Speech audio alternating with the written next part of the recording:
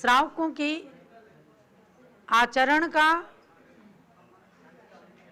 रत्न करंडक यानी रत्नों का पिटारा भर दिया है, जिससे श्रावक श्राविकाएं गृहस्थ धर्म का भी परिपालन करते हुए अपनी आत्मा के अंदर छिपे हुए रत्नों के खजाने की पहचान कर सकें। सम्यक चारित्र का प्रकरण चल रहा है, जिसके अंदर 5 अणुव्रत, 3 गुणव्रत और 4 शिक्षा व्रतों की बात कही है। 5 अणुव्रतों का भी अच्छे से वर्णन आपने सुना। अब 3 गुण व्रत की बात चल रही है। दिग्व्रत, अनर्थ दंड व्रत और भोगोपभोग परिमाण व्रत, ऐसे इसके अंदर दिग्व्रत के 3 भेद बताए गए हैं। तो और दिग्व्रतों के अतिचार भी बताए गए हैं। अनर्थ दंड व्रत का प्रकरण चल रहा है, जिसमें आपने जाना कि अनर्थ दंड बिना प्रयोजन के पाप को उत्पन्न करने वाले जो कार्य किए जाते हैं उसको कहा है अनर्थ दंड, और इनसे उन पाप के कार्यों से विरत होना अनर्थ दंड विरति व्रत है। 5 प्रकार से अनर्थ दंड को किया जाता है। ऐसा यानी 5 प्रकार से पाप जो उपार्जित किए जाते हैं वह 5 अनर्थ दंड कहे गए हैं। पापोपदेश, हिंसादान, अपध्यान, दुःश्रुति और प्रमादचर्या। इसमें से आपने पापोपदेश नाम के भी अनर्थ दंड के बारे में परसों के दिन जानकारी प्राप्त की थी 76 नंबर के श्लोक से। अब आगे चलती हूँ 77 नाम के नंबर के श्लोक को पढ़ेंगे। हिंसा दान नाम का अनर्थ दंड। परशुकृपाण खनित्र, परशुकृपाण खनित्र, ज्वलनायुध श्रृंग श्रृंखलादीनां, ज्वलनायुध श्रृंख श्रृंखलादीनां, वध हेतूनां दानं, वध हेतूनां दानं, हिंसा दानं ब्रुवन्ति बुधा, हिंसा दानं ब्रुवन्ति बुधा। इसका हिंदी में सरल और सरस भाषा में पूज्य गण्य ज्ञानमती माते के द्वारा जो पद्यानुवाद है उसको भी सब एक साथ मिलकर के पढ़ेंगे। फरसा तलवार कुदालिया अग्नि नानाविध शास्त्रादि, सिंगिया विषसा कलवस्तु, ये वस्तु बंध के कारण भी इन हिंसा के उपकरणों को जो देवे हिंसा दान करे, अतएव अनर्थ दंड ये है, ऐसा मुनिनाथ वचन उचरे। बुधा कर्ता को पकड़ते हैं। बुधा ब्रुवंती, बुधा माने ज्ञानी। ज्ञानी कौन है? तीर्थंकर भगवान और उनके पद का अनुसरण करने वाले गणधर आदि देव और हमारे संतगण जो भगवान की वाणी का ही अनुसरण करते हुए भव्यात्माओं को उपदेश देते हैं। आज अयोध्या की धरती पर उन महान संतों के मध्य में बैठ करके आपको श्रावकाचार का संदेश और उपदेश दिया जा रहा है कि किस प्रकार से हमें बचना है। पाप का उपदेश सुनना और देना दोनों ही बुरे हैं। ऐसे ही दूसरा है हिंसा दान, अनर्थ दंड। उसके लिए कहा कि बुधा माने गणधर देवादिक विज्ञ पुरुष, जानकार ज्ञानी पुरुष कहते हैं कि परशु कृपाण खनित्र ज्वलना युद्ध श्रृंग श्रृंखलादि नाम। परशु माने फरसा और कृपाण माने तलवार, खनित्र माने खोदने वाली कुदाली, कुदाली फावड़ा वगैरह को खनित्र। ज्वलनायुध, ज्वलन माने अग्नि, आयुध माने शस्त्र, श्रृंग माने विष, श्रृंखलादि नाम साकल आदि ये वध के कारण है। किसी भी जीव को इनसे मारा जाता है, बांधा जाता है, त्रास दिया जाता है, कष्ट दिया जाता है। तो ये हिंसाजनक अस्त्र शस्त्र कहलाते हैं। इसलिए बद हेतु नाम, ये हिंसा की कारण होने के कारण इनको देना नहीं चाहिए। कोई जैसे मछली के जाल, मछली फंसाने के जाल बेचने का व्यापार कर लेते हैं, तो ये व्यापार सदैव हिंसा दान, जब जान रहे हैं हम कि इससे जाकर के मछली पकड़ेंगे, तो ऐसे चीज़ों को भी बेचने में भी पाप है। यहाँ एक इसीलिए कहा गया कि हिंसा के उपकरण है, तो हिंसा के कारणों के दान को हिंसा दान नाम का अनर्थ दंड व्रत कहा गया। क्योंकि जो व्रती है, जिसने 5 अणुव्रतों को अपने जीवन में पालन कर लिया, 3 गुण व्रत 4 शिक्षा व्रतों की ओर बढ़ रहा है, यानी अपने मोक्ष मार्ग को प्रशस्त कर रहा है, तो यद्यपि व्रती मनुष्य स्वयं के उपकार के लिए कोई बंदूक भी रखते हैं घर के अंदर, कि किसी प्रकार का कोई कारण आ जाए घर के अंदर, कोई चोर लुटेरे घुस आए, डकैत घुस आए, अगर उनका सामना करने की शक्ति है तो अपनी सुरक्षा के लिए इन चीज़ों को गृहस्थ लोग रखते हैं। खेती करने के लिए फावड़ा कुदाली वगैरह भी रखते हैं, लेकिन मारने की भाव से यदि किसी को ये उपकरण दिए जाते हैं तो ये हिंसा दान नाम का अनर्थ दंड हो जाता है। तो सावधानी के साथ यदि किसी ने खेती के लिए केवल कुदाली मांगी है तो दे सकते हैं या अपने उपयोग के लिए रख सकते हैं, परंतु जिसमें संभावना है कि ये इससे हिंसा करेगा तो उन चीज़ों को नहीं देना।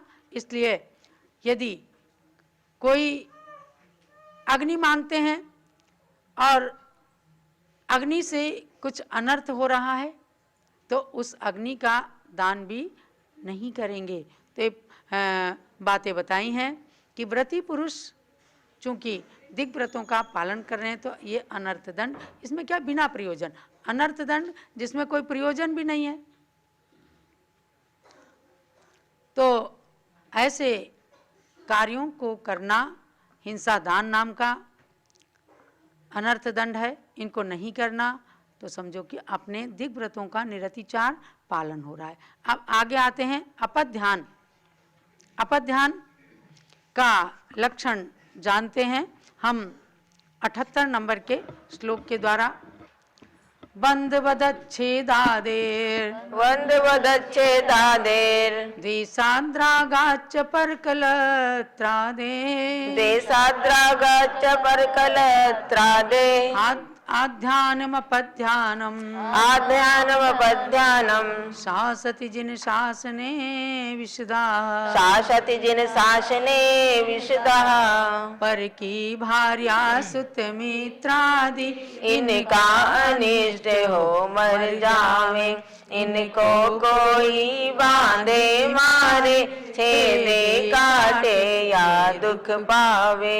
इस तरह राग देशादिवश जो पर हेतु दुर्भाव करे, जिन शासन में आचार्य देव, इसको अपध्यान नाम उचरे। बात यह है कि ध्यान भी 4 प्रकार का है। आर्त ध्यान, रौद्र ध्यान, धर्म ध्यान, शुक्ल ध्यान। तो 3 अशुभ ध्यान है, 2 अशुभ ध्यान है और 2 शुभ ध्यान है। आर्त ध्यान, रौद्र ध्यान सवेरे सवेरे से आप रोज उषा वंदना सुनते होंगे, कई बार टीवी में भी सुनते हैं।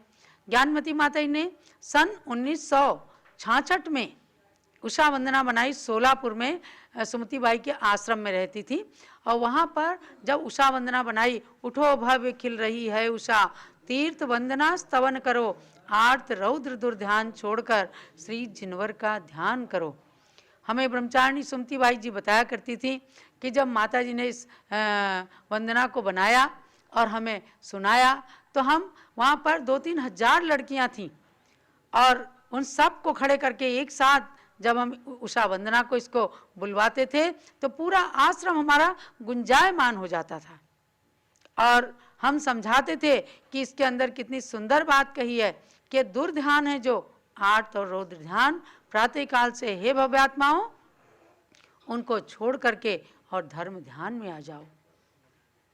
श्री जिनवर का ध्यान करो, भगवान का ध्यान करो। तो यहाँ अपध्यान की बात जो आई कि दूसरों के लिए, आज क्या हो गया है कि प्राणी अपने दुख से कम दुखी होता है, दूसरे के सुख से ज्यादा दुखी। इसका मतलब क्या है, आज चित्त बहुत चंचल हो गया और किसी से दूसरे का सुख, पड़ोसी का सुख नहीं देखा जाता, तो बेचारा बिना मतलब के भी तमाम आर्त ध्यान पाल करके और कर्म का बंद करता रहता है। अरे जो होना है वो तो उसके भाग्य से होगा, सामने वाले के भाग्य से, लेकिन उनके लिए सोचते रहना, इसका अहित हो जाए, इसकी पत्नी मर जाए, इसका बच्चे का ऐसा हो जाए, इसका अनिष्ट हो जावे, तो वो है अपध्यान। तो कहते हैं जिन शासने विशदाहा, जिन शासन में निपुण। मैं बहुत ही ज़्यादा इस पर ध्यान देती हूँ कि हमारे समंतभद्र स्वामी जैसे आचार्य देव ने भी हर जगह अपने वचनों की प्रामाणिकता के लिए कहीं सर्वज्ञ देव, कहीं विदु शब्द, इन शब्दों को प्रयोग किया है। यहाँ पर भी क्या कहा कि जिन शासने विशदाहा, जो जिन शासन में विशद निपुण हैं, ऐसे पुरुष द्वेष के कारण, मतलब क्या बताते हैं कि द्वेष के कारण किसी को बद, बंधन, छेद आदि का तथा राग के कारण पर स्त्री आदि का चिंतन करने को भी अपध्यान। वो मुझे मिल जाए, वो इतनी सुंदर है, ऐसा है वैसा है, तो ये मन से चिंतन करना, तो ये अपध्यान है। इससे महान कर्म का बंध होता है। यदि संतों ने, ऋषियों ने भी जरा सी देर के लिए भी आर्त रौद्र ध्यान को किया, उनकी भी गति बिगड़ने के चांस आ गए। एक उदाहरण, सच्चा उदाहरण है हमारे पुराण ग्रंथों का कि एक मुनिराज तपस्या कर रहे थे और उनके माथे पे थोड़ी सी सल थी। राजा श्रेणिक ने भगवान महावीर के समो शरण में जाते समय उनको देखा, मुख मुद्रा कुछ अच्छी नहीं लगी। जा करके महावीर भगवान से, गौतम गणधर स्वामी से पूछते हैं, भगवान बताइए कि उन मुनिराज की कौन सी गति होने वाली है। तुरंत गणधर देव ने बताया कि श्रेणिक तुम तुरंत जाओ, ये बहुत बड़े मुनिराज हैं, लेकिन आज थोड़ा सा निमित्त पाकर विचलित हो गए हैं और ये मर करके नरक में जाने वाले हैं, जाके तुम इनको संबोधन करो। देखो तुरंत उल्टे पैर राजा श्रेणिक चल दिए।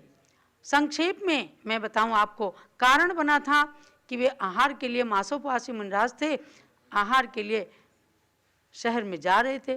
पीछे से 3 व्यक्ति उनके पीछे पीछे बात कर रहे थे। एक ने कहा, कैसा लगता है कि सामुद्रिक शास्त्र जो है वो बिल्कुल गलत ही है, इनकी चिन्ह ऐसा लगता है ये सम्राट चक्रवर्ती राजा होना चाहिए था, और ये कहाँ कहाँ नंगे होकर के घूम रहे हैं।